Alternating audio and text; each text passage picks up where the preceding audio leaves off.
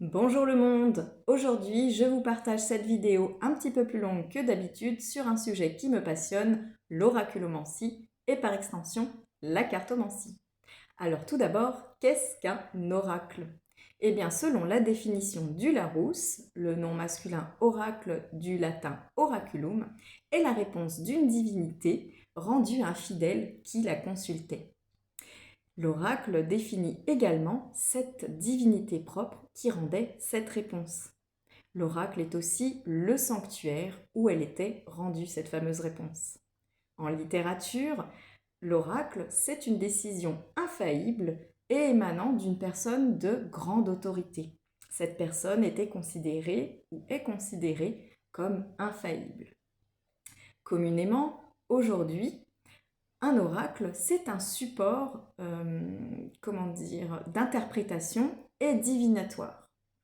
Alors aujourd'hui, il existe différentes formes d'oracle, que ce soit des cartes que l'on utilise le marc de café en caféomancie ou le thé en théomancie, les bâtons, les runes, des bulles sur une flaque, de la mousse sur un cours d'eau.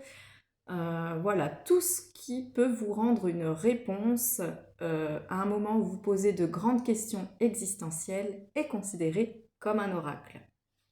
Alors, comment fonctionne un oracle de cartes? C'est le sujet sur lequel on va se pencher plus tôt, parce qu'aujourd'hui, la plupart des gens utilisent des oracles sous forme de cartes. Donc l'oracle de cartes, comme d'autres oracles, mais fonctionne par le biais de la symbolique. Donc un ensemble de relations et interprétations liées à un symbole. Ensuite, l'oracle de cartes fonctionne par le biais des archétypes. Donc en psychologie, les archétypes sont des symboles primitifs universels appartenant à l'inconscient collectif. Ils nous permettent de faire des liens avec ce qui se passe en nous. Et enfin, les oracles de cartes sont utilisés par le biais de l'imagerie. Donc un oracle, en général, permet d'avoir des ressentis, donc qu'ils soient sensoriels ou émotionnels.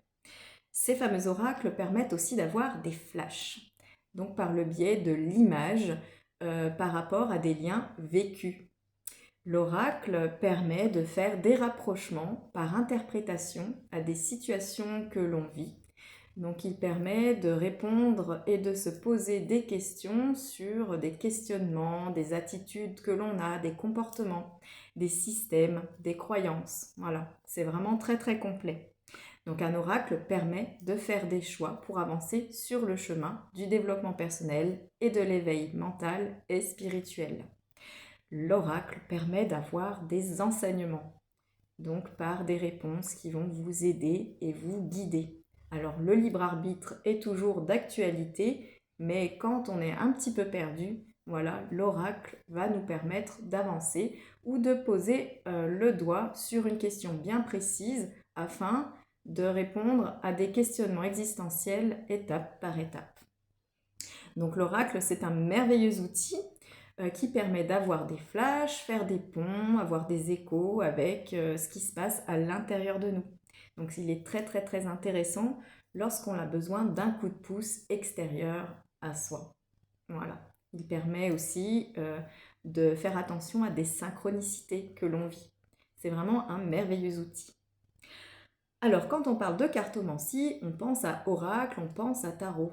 Et on fait un peu un amalgame entre les deux, alors à raison ou à tort, mais voilà. La différence entre les oracles et les tarots, c'est que les tarots sont des oracles, mais les oracles ne sont pas forcément des tarots. Parce que le tarot, il aura une forme stricte.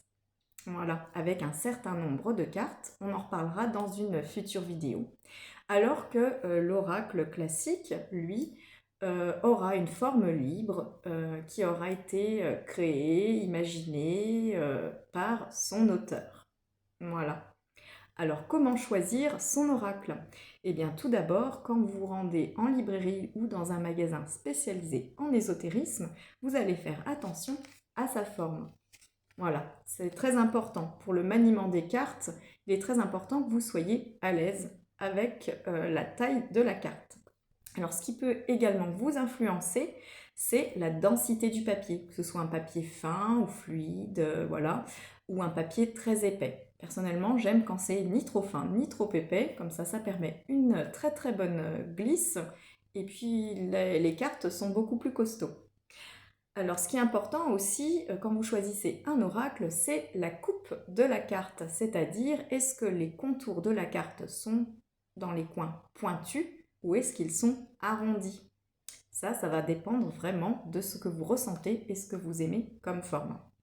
Ensuite, est-ce que l'oracle ou le tarot que vous allez choisir est généreux? Est-ce qu'il possède beaucoup d'images? Est-ce que son imagerie, ses illustrations vous parlent et vous semblent abondantes et vous aident dans votre travail d'intuition, etc. Ce qui peut également vous aider à choisir, vraiment, c'est son côté, sa réalisation picturale, c'est-à-dire l'objet en lui-même. Est-ce que pour vous c'est un objet d'art ou finalement juste un outil? Voilà, ça va être très très personnel comment vous allez choisir votre oracle ou votre tarot. Ensuite, ce qui est très important, c'est sa symbolique. Voilà, vraiment, c'est très très important. Et ensuite, quand vous aurez en main votre oracle, voilà, ce qui est important, c'est de prendre possession de l'objet, de se familiariser avec son côté pictural, sa forme, sa taille, sa fluidité quand vous battez les cartes. Voilà, c'est très très important. Et puis ben voilà, notre vidéo va se terminer ainsi. Par contre, si vous voulez vraiment mettre en place une petite comment dire, séance de cartomancie chez vous, ce qui est très important, c'est de créer une ambiance cocooning. Donc choisissez un endroit calme avec par exemple des bougies, de l'encens, de la musique relaxante, un tapis de cartes, c'est très sympa, c'est plus molletonné, ça rend le côté un peu cosy avec toute cette ambiance. Moi, j'aime me préparer toujours une boisson réconfortante, une boisson chaude, parce que ça accompagne. Et le fait d'avoir tous ces petits éléments, que ce soit la lumière, l'encens, la musique, on stimule tous les sens de notre être et ainsi on ouvre vraiment notre troisième œil et notre côté intuitif. Voilà. Donc maintenant que vous savez un petit peu les bases sur l'oraculomancie et la cartomancie, vous pouvez vous lancer. Et si vous avez des questions, n'hésitez pas à me les poser dans les commentaires. À bientôt!